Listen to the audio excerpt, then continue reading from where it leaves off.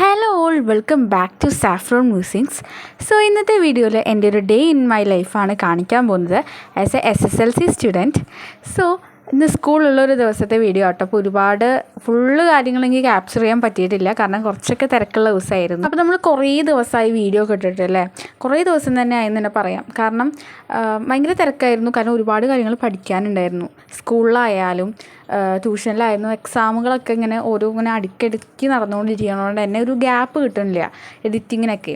So അപ്പോഴാണ് ഒരു comment കണ്ടത്, വേഗം വീഡിയോ വേണമെന്നൊക്കെ പറഞ്ഞപ്പോൾ. അപ്പോൾ എനിക്ക് ഭയങ്കര സന്തോഷമായി, കാരണം നമ്മളെ വീഡിയോ വെയിറ്റ് ചെയ്യുന്ന ആരെങ്കിലുമൊക്കെ ഉണ്ട് എന്നറിയുമ്പോൾ ഭയങ്കര സന്തോഷമാണല്ലോ.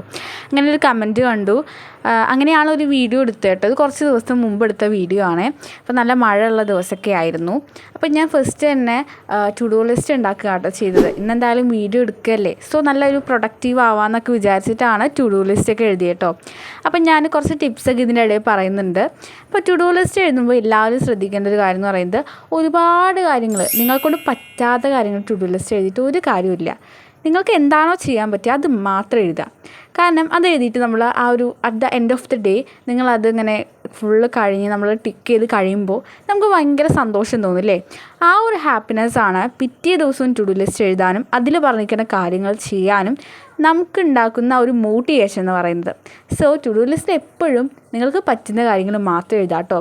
പിന്നെ ഞാൻ അതിനുശേഷം ഒരു ബുക്ക് വായിക്കാനായിട്ട് ഇരുന്നത്. ഇത് ആൻ ഫ്രാങ്കിൻ്റെ ഡയറി കുറിപ്പുകൾ എന്ന് പറഞ്ഞ ബുക്കാണ്. നല്ല അടിപൊളി ബുക്കാണ്. നിങ്ങൾക്ക് ചിലർക്കൊക്കെ അറിയാമായിരിക്കും. ലോകത്തെ ഏകദേശം എല്ലാവർക്കും അറിയുന്ന ഒരു ഡയറിയാണ് ആൻ ഫ്രാങ്കിൻ്റെ. രണ്ടാം ലോക മഹായുദ്ധ സമയത്ത് അതിൽ എഫക്റ്റഡ് ആയിട്ടുള്ള ഒരു കുട്ടിയാണ് ഈ ആൻ ഫ്രാങ്ക്. അപ്പോൾ അവളുടെ ആ ഒരു പെർസ്പെക്റ്റീവിൽ അവൾ എഴുതുന്ന ഓരോ ഡയറി, ഡെയിലി ഓരോ ദിവസവും എഴുതുന്ന ഡയറി നമ്മളിങ്ങനെ വായിക്കുകയാണ്. നമുക്കത് വായിക്കുമ്പോൾ നമുക്കതിൻ്റെ ഫീലും കിട്ടും കേട്ടോ. ഇതെൻ്റെ സ്കൂൾ ലൈബ്രറിയിൽ നിന്ന് എനിക്ക് കിട്ടിയതാട്ടോ.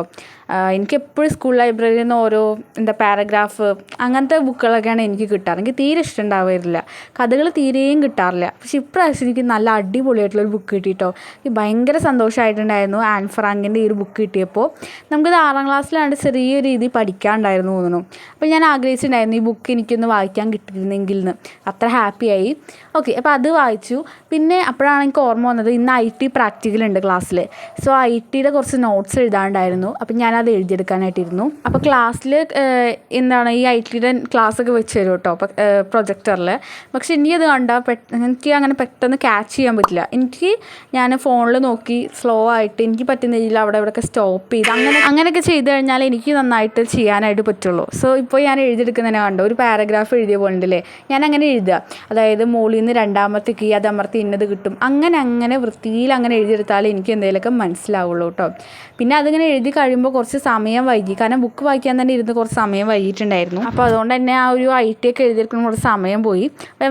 6:45 ശരിക്കും എൻ്റെ ട്യൂഷൻ തുടങ്ങുന്നത്. പക്ഷേ ഞാൻ വീട്ടിൽ നിന്ന് ഇറങ്ങിയത് തന്നെ 6:80 അപ്പോൾ ഒരു 7:05 ആകുമ്പോഴാണ് ഞാൻ ട്യൂഷനിൽ എത്തിയിട്ടുണ്ടായിരുന്നത് കേട്ടോ. അത് വലിയ കുഴപ്പമില്ലായിരുന്നു, ക്ലാസ്സൊന്നും തുടങ്ങിയിട്ടുണ്ടായിരുന്നില്ല. സോ ഇനിയത്തെ വീഡിയോസ് 5:30 നെക്സ്റ്റ് വീഡിയോ ഞാൻ എടുത്തത്. അപ്പോൾ ഏകദേശം 4:45 എൻ്റെ സ്കൂൾ കഴിയും കേട്ടോ. അതായത് സ്കൂളിൽ ഈവനിങ് ക്ലാസ് ഉണ്ടായിരുന്നു, അത് 4:45 കഴിയും. പക്ഷെ അതിനുശേഷം മെല്ലെ സംസാരിച്ച് ഫ്രണ്ട്സൊക്കെ ഉണ്ടാവും. അപ്പോൾ അവരായിട്ട് സംസാരിച്ച് മെല്ലെ എത്തുമ്പോഴത്തേനും ഒരു 5:10 ആയിട്ടുണ്ടാവും. പിന്നെ വീട്ടിൽ വന്നിട്ട് നല്ല വിശപ്പായിരിക്കും, മേലൊഴുകും, പിന്നെ നല്ല വിശപ്പായിരിക്കും. അപ്പോൾ കുറച്ച് ഫുഡൊക്കെ കഴിച്ച് മെല്ലെ ഇരുന്നിരിക്കും. അങ്ങനെ 5:30 ആകുമ്പോഴാണ് ഞാൻ വീഡിയോ എടുക്കണമല്ലോ എന്ന് ആലോചിച്ചത്. അങ്ങനെ ഞാൻ വീഡിയോ ഇങ്ങനെ പുറത്ത് നിൽക്കുന്ന കുറച്ച് വീഡിയോസ് എടുത്തു, ആ പ്രാവുകളൊക്കെ നോക്കിയിട്ടുള്ളത്. പിന്നെ ഞാനൊരു 5:45 തന്നെ പഠിക്കുമായിരുന്നു കേട്ടോ. അപ്പോൾ നെക്സ്റ്റ് ഒരു ടിപ്പ് എനിക്ക് നിങ്ങളോട് പറയാനായിട്ടുള്ളത്, സ്കൂള് വിട്ട് വന്നു കഴിഞ്ഞിട്ട് കുറേ നേരം ബ്രേക്ക് എടുത്ത് രാത്രി ഒരു 7 മണിക്കൊക്കെ പഠിക്കാൻ വിചാരിച്ചിരിക്കരുത്. സ്കൂൾ വിട്ട് വന്നു കഴിഞ്ഞിട്ട് കുറച്ച് ഒരു 1 മണിക്കൂറൊക്കെ ബ്രേക്ക് എടുക്കുക, അതിനുശേഷം പഠിക്കാനായിട്ട് തുടങ്ങാം കേട്ടോ. അപ്പം ഞാൻ കുറച്ച് ഇന്നലെയൊക്കെ ഞാൻ എന്താ ചെയ്തതെന്ന് വെച്ച് കഴിഞ്ഞാൽ 7 മണി ആകുമ്പോഴാണ് ഞാൻ പഠിക്കാൻ തുടങ്ങുക. അപ്പോൾ 7 മണി ആകുമ്പോൾ പഠിക്കാൻ തുടങ്ങിയപ്പോൾ 8 മണിക്ക് ഫുഡ് കഴിക്കും. അങ്ങനെ പഠിക്കാൻ തീരെ സമയം കിട്ടാത്ത പോലെയാണ്. അതിന് പകരം നിങ്ങൾ വൈകുന്നേരം തന്നെ തുടങ്ങുക. ഓക്കെ, അപ്പോൾ ഇപ്പോൾ കാണിക്കുന്നത് എൻ്റെ അച്ഛന് കിട്ടിയൊരു ഗിഫ്റ്റാണ് കേട്ടോ. ഇപ്പോൾ നമ്മുടെ ഫുട്ബോളിൻ്റെ ലോകകപ്പ് നടക്കുകയല്ലേ. അപ്പോൾ ഞങ്ങളുടെ നാട്ടിൽ മനോരമ നടത്തിയൊരു മത്സരം ഉണ്ടായിരുന്നു. അപ്പോൾ അതിൽ അച്ഛൻ ജയിച്ചിട്ടുണ്ടായിരുന്നു. അപ്പോൾ അതിൽ സമ്മാനം കിട്ടിയതാണ് ഈ ഒരു കീ ചെയിന്. അതിൻ്റെ പിന്നിൽ ഗോൾ എന്നൊക്കെ എഴുതിയിട്ടുണ്ട്. ഈ മുൻഭാഗം ആട്ടോ ഏറ്റവും ഇഷ്ടമായത്.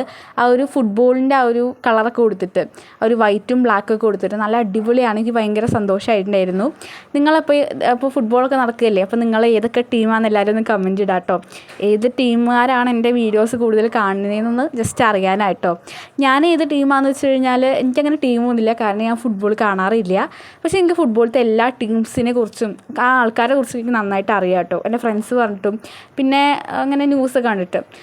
ആക്ച്വലി ഞാൻ ക്രിക്കറ്റാണ് കൂടുതൽ കാണാറ്, ഫുട്ബോൾ അങ്ങനെ കാര്യമായിട്ട് കാണാറില്ല. സോ അങ്ങനെ ഫേവറേറ്റ് ആയിട്ട് ആരുമില്ല, പക്ഷേ മെയിൻ ആൾക്കാരൊക്കെ എനിക്ക് നന്നായിട്ട് അറിയാം കേട്ടോ. പിന്നെ ഞാൻ ഫിസിക്സാണ് പഠിക്കാനായിട്ടിരുന്നത്. അപ്പോൾ ഫിസിക്സിൽ ആ ചാപ്റ്റർ തന്നെ പഠിച്ച് കഴിഞ്ഞിട്ടുണ്ടായിരുന്നു കേട്ടോ. അപ്പം നാളെ ടീച്ചർ ക്വസ്റ്റ്യൻ ചോദിക്കുമെന്ന് പറഞ്ഞിട്ടുണ്ടായിരുന്നു. അതുകൊണ്ടാണ് ഞാൻ ഫിസിക്സിൽ നിന്ന് പഠിക്കുന്നത്. അതിൽ ഞാൻ ഇമ്പോർട്ടൻ്റ് ആയിട്ടുള്ള മഞ്ഞ ബോക്സുകളാട്ടോ എഴുതി പഠിച്ചിരുന്നത്. സോ ഇത്രയാണ് എൻ്റെ ഇന്നത്തെ കാര്യങ്ങൾ. അപ്പോൾ പഠിക്കാനുള്ള കഴിഞ്ഞു. 8 മണിയാകുമ്പോഴത്തേനും പഠിച്ച് തീർന്നിട്ടുണ്ടായിരുന്നു. ഇനി ബാക്കി 8 മണി മുതൽ 10 മണി വരെയൊക്കെ ഞാൻ ഫുള്ള് ടിവിയും ഫോണൊക്കെ യൂസ് ചെയ്യായിരുന്നു. കാരണം ഇത്ര നേരം പഠിച്ചതല്ലേ നമ്മൾ. ഇത്രയൊക്കെയുള്ളവർ എൻ്റെ ഡേ ഇൻ മൈ ലൈഫ് എന്ന് പറയുന്നത് എങ്ങനെയുണ്ട്? ഭയങ്കര തിരക്ക് പിടിച്ചതാണോ അതോ കുറച്ചേ ഞാൻ പഠിക്കുന്നുള്ളൂ? എല്ലാവരും ഒന്ന് കമൻറ്റ് ഇടാട്ടോ. സോ നെക്സ്റ്റ് വീഡിയോ എന്താണെന്ന് എല്ലാവരും കമൻറ്റ് ഇടണേ. സോ നമ്മുടെ ചാനൽ ഇപ്പോൾ 1K ആവാൻ പോവാണ്. അപ്പോൾ എല്ലാവരും ഇഷ്ടപ്പെട്ടെങ്കിൽ ഒന്ന് സബ്സ്ക്രൈബ് ചെയ്യാം കേട്ടോ. Thank you for watching.